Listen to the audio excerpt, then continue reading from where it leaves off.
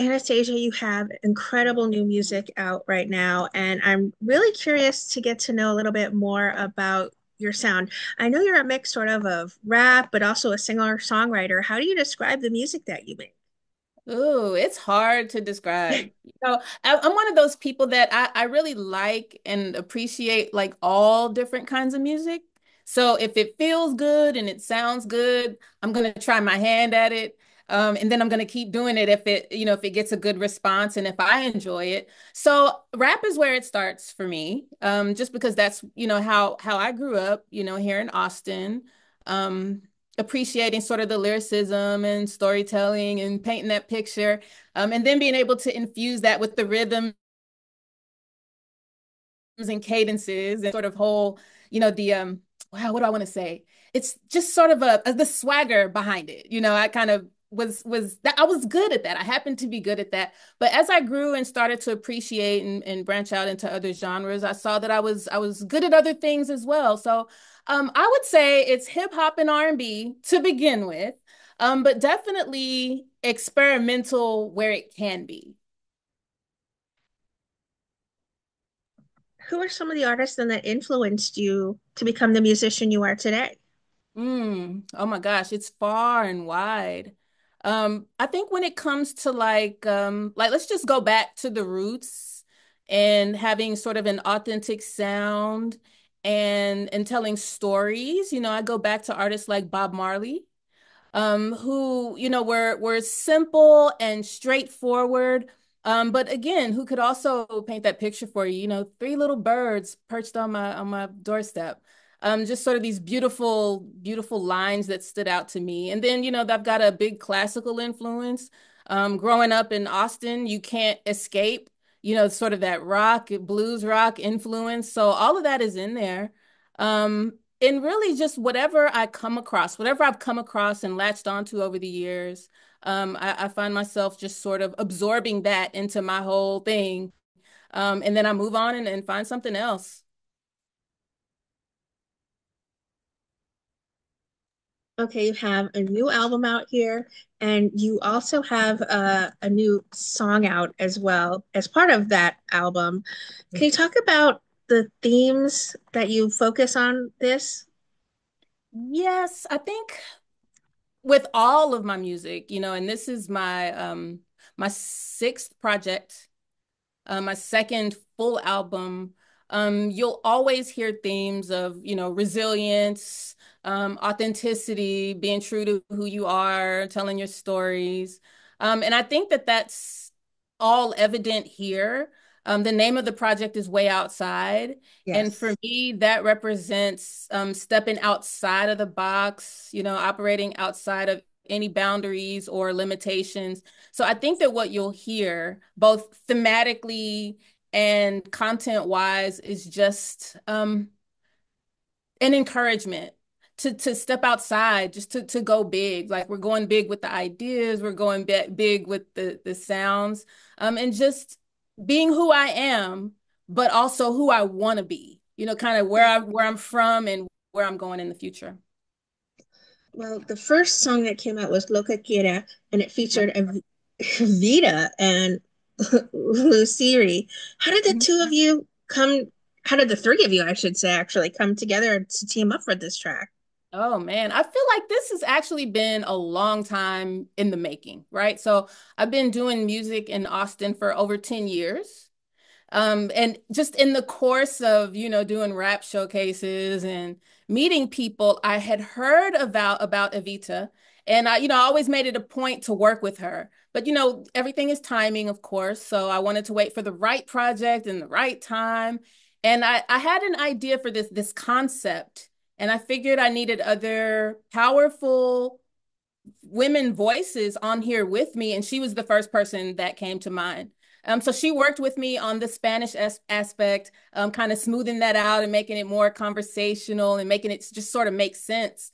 And then we were searching for a third party, and I was reaching out and kind of not really finding anyone to fit that slot, and I ended up doing a Mother's Day show with a folk artist, and she actually had invited Lucidi to do that. And that was my first time meeting her. And just we did a song swap. songs in the round.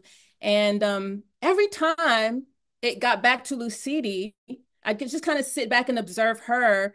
And, she's young, she's 23. She's got this really fresh voice and these really fresh ideas. And I'm like, whoa, I think she'd be great. I think, sort of myself as a veteran sort of in this thing. And with Evita, just she's doing her thing. She's, I mean, just amazing artist. I think that bringing Lucidi along into that scene and sort of introducing her and letting this be her introduction, I think it just tied it up like really neatly with a nice, cute bow. You said that Ambitions, though, your new single, is probably your most personal work yet. In what way? Oh my gosh. Well, I usually try to leave my concepts and themes pretty general, right? So they Hmm. can apply to you, they can apply to my neighbor, things that we all sort of experience and go through. But I'm like, well, I don't really tell people much about my own personal motivations and where I come from and how this thing started for me and why I do the things that I do. And so, I told my story about, having my kids at 17 and 25 and about sort of putting music aside in order to focus on them um, and coming back to music. I think that's a big part of my story that I haven't told yet. And I had to really dig deep, because not only are you telling your story, but you've got to sort of you've got to condense it down to so many words, bars, lines, right? It's got to make sense. And then it's got to sort of sound and feel good sonically to the listener. So there are all these things to consider. But at the root of it was me really trying to get in touch with myself and be honest about why I continue to do this. What is your songwriting process? Do you need to have a beat before you can craft your lyrics around it? Or is there no way you always go into a song? So I like to start with music, wherever that comes from. So as coming from sort of the rap world, we start with a beat. And we play that instrumental and we listen for things. I start with the cadence, the flow. Okay, so how would I approach this? What sounds good? How can I use my voice as percussion? What melody would sound interesting here? I start there. I did kind of branch out with this project and started with, especially there were three songs on here that I took my favorite 80s pop rock bass lines and I just started with those bass lines and constructed whole songs around those. But for me, the music it kind of tells me where I want to go. Okay, is this happy? Is this sad? What's the feeling? What's the vibe? What's the mood? I've never really been one of those people that just kind of had lyrics sitting around. I got to have that inspiration in order, I feel like, to tell the story. How hands-on are you when it comes to the production side then of the music you make? Like whether you feel like this needs a bigger 808 or maybe this needs like a little bit of more bass line here or there. Mm-hmm. Well, I think so. All of that, the producer's ear comes with experience, right? So, and of course, growing up and listening to music, and I think particularly in my generation, listening to music the way that we did over and over, like replaying the cassette tapes over and over and sort of dissecting it and then sitting there with the liner notes, you kind of get to know what goes where. You kind of get to teach yourself the structure of the song. So I kind of had an ear for it already, but coming now, I feel like I have the confidence to say, okay, and I actually practiced this with a few songs on the album, my own arrangements. There's even a song here where all of the production is mine. Okay, what would I like to hear? Um, yes, the 808s are important. Like those are big. Those make you feel something, like you feel it in your gut. Um, but it really all boils down to trusting my own voice and trusting my own taste and experience and being able to articulate that to the producers that I worked with, to the engineers that I worked with. Okay, well, let's see, we've got this mix. How can we tweak it? How can we bring out this guitar here? And they How have can to be open to your suggestions too. You have to put your foot down sometimes as well. Yes, and I'll tell you what, this is the first project where I actually did that. On my previous ones, I trusted myself up to a point and then I kind of handed it off. Okay, well, whatever you think sounds best. But I really made it a point this time around to say, you know what? No, I get the final say. I know what I'm going for. I know what the vision, I can see the vision. I can hear where this is supposed to go. So yes, I had a lot of fun doing that, and I don't think I'll ever go back to any other way of working. I hope absolutely Yeah. going forward, that's never the case. You need to do anything else but be yourself and speak what you want from your project. Absolutely. We talked about how Ambitions was your most personal track, but is there a song on this that holds a special significance for you? Something that's dear to your heart the most? Hmm. All of them are my babies. All of them. And I've definitely got stories behind each one. But I think what really means the most to me in this moment is Real Boy, Everybody's Hero. And that's only because it started with the concept. I started with the concept of Pinocchio. He's not a real living human being, right? He's made from wood. He's a puppet. He sits on a dusty old shelf all day and watches the real boys outside playing, getting knocked around, scraping their knees and getting into trouble. And that's all he wants is to be a real boy. And it sort of allowed me to kind of start there and explore these themes of vulnerability. Oh, okay, well, now that you can go out and live life a little bit, are you prepared for everything that comes with that? Are you prepared to get your heart broken? Are you prepared to make mistakes? Are you prepared to, for your nose to grow when you tell a little fib here and there, and in the writing of that, I was working with my vocal coach, taking vocal lessons, and I presented this song to her. And while it may not have been vocally perfect at the time, she enjoyed hearing it because the emotion, the feeling was so close. I think she was able to pick up on where that was coming from for me, as an exploration of my own vulnerability. And so for me to take it from that point, singing to her in her living room, all the way to now being on an album where the world can hear it, it's a big deal for me. Okay, you had some live performances recently, Mhm. back for the anniversary for Radio East, and then you did a bunch of different events before the holidays. Are there any other performances you have coming up to promote Way Outside?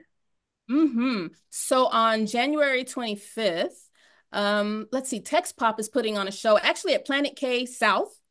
Okay, With a few other interesting acts. Meta Music, Die Slow, Avita's going to be performing, I believe. And so that will be fun. It'll be interesting. Actually, yes, my very first show of the year. And again, with people that I've known for a long time. So, this is family for me, We all kind of every time we do get together, we just kind of stand back and watch each other perform and see how far we've come, over the years and kind of nice. get the chance to celebrate that. So I'm definitely looking forward to that one. Okay, are you going to be looking forward to seeing some artists maybe there that you would like to possibly ask for a collab in the future? Or are you just going there to enjoy yourself and get your performance on focus and get your No, no. You know what? I'm always on the lookout. I'm always on the lookout for, and I think it's also because, every time I come across an artist, I'm looking for some piece of what they do that I can implement. Like, oh, I love her stage presence. Oh, I love the way that he engages the crowd and does the callback. I don't do enough of that. Let me try that. And on this one, actually, yes, I mentioned Meta Music. I can't describe what she does. When you hear it, it's really raw and again innovative.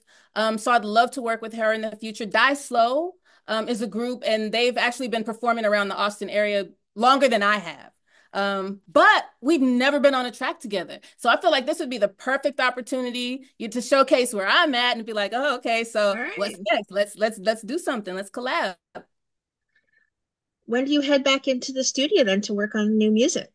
Oh, well, I've been thinking about this, and once this project was sort of off my desk and out into the world, I was like, okay, so what's next? Where are we going next? What stories haven't I told? Where do I think that this thing is going next? And I was contacted for a feature, so I'll be in the studio this week, Yeah.